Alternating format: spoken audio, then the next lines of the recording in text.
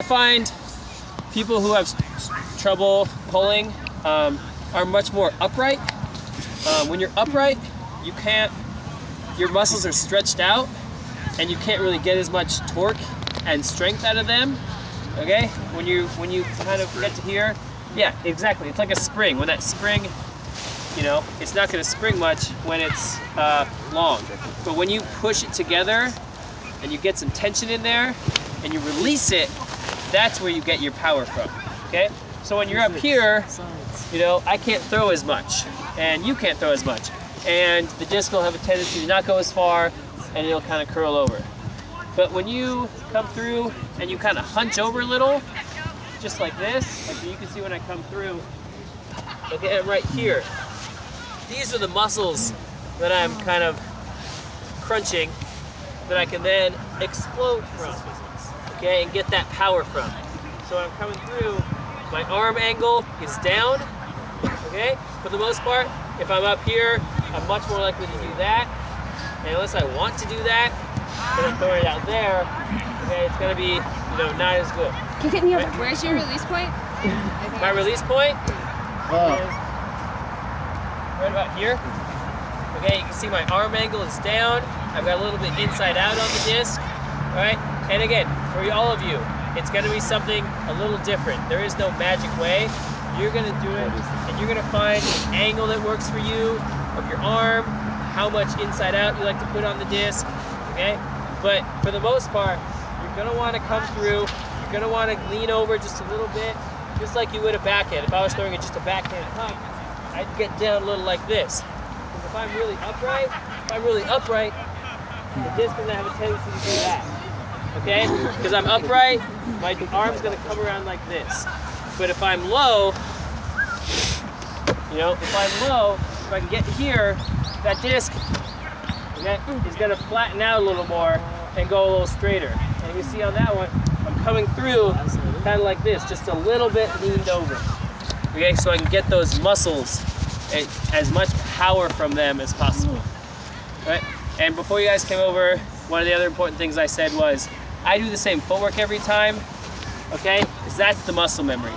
It's not just this that's muscle memory. It's everything that leads up to it. So for me, I go like right, left, right, right. That's mine. BJ, I was trying to copy BJ. BJ crow hops. Yeah, BJ kind of has a crow hop. He started like this and he went right, right. And that was kind of his, and it works for him. And you're gonna find something that works for you, right? There is no magic thing. Find something that works for you. Think, oh, what did I just do? Let's see if I can do it again. Yeah.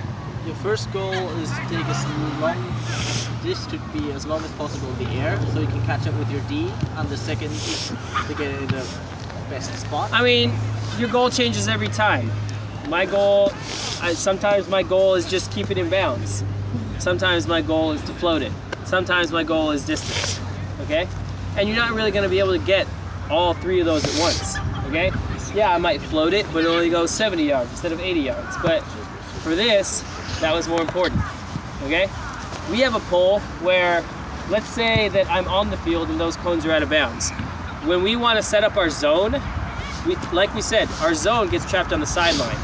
And if I can just start them on the sideline, that's even better. So I'll throw this pole. Okay, and hopefully it lands just inside the cones and then does that. Okay? It's gonna take a while for them, and they'll get help. But I'm just trying to buy time for my cup to set down there. So then, different goals every time. Okay? Any other quick questions on pulling? No. Okay.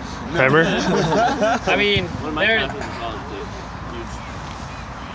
there's a few people in the world who can pull very well forehand.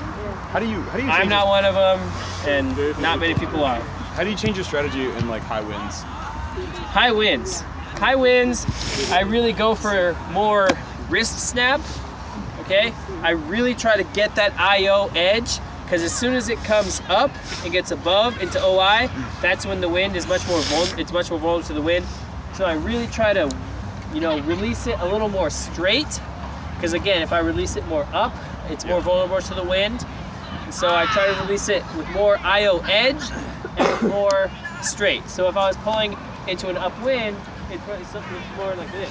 Like, Trying to cut through the wind. that was kind of an exaggeration in terms of how low and flat, but something like that. You know, that didn't go as far cut in this no wind, but in upwind, it's gonna kind of cut through it as much as possible.